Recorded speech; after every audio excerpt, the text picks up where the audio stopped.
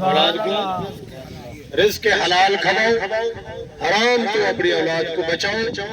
کوڑ تو بچاؤ، سوڑا رستہ انہیں کو سکھاؤ، انہیں دی تربیت اچھی کرو، دھی دا حق کو پورا دیو، پتر دا حق اپنا دیو، دھی دا حق کڈو، بھیڑ دا حق نہ کھاؤ،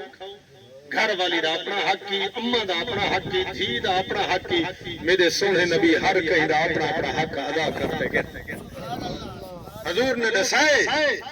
فرمایا ماں دا حق دے، بھیڑ دے، دھی دے، گھر والی دے، دیو دا حق دے، قرآن نے بیان کیتے ماں دا حق دے۔ ایویں اپنے اولاد دے بھی حقوق ہیں،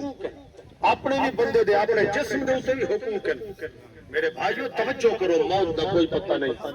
آج نہ تے کل ٹر ونجنے، ایسی نیت نال زندگی گزارو کہ اللہ رسول ساڈے اوتے راضی ہوئے، اور حق حلال نہ اپنی اولاد کو کھواؤ، معاشرے کو کھواؤ، اور اپنے گھر والے دی تربیت اچھی کرو۔ دھیری دے بال مردن نوجوان گھر دے جتنے بال انہیں کو نماز دا پابند بڑھو، خود نماز دے پابند بڑھو،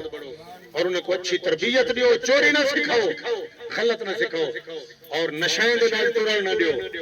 سگریٹ نوشی کے نہ بچاؤ، بیڑے کے نہ بچاؤ۔ جتنا اپنی اولاد کو اچھی تربیت دے ویسو مردے دم تک توڑی خدمت کرے دی۔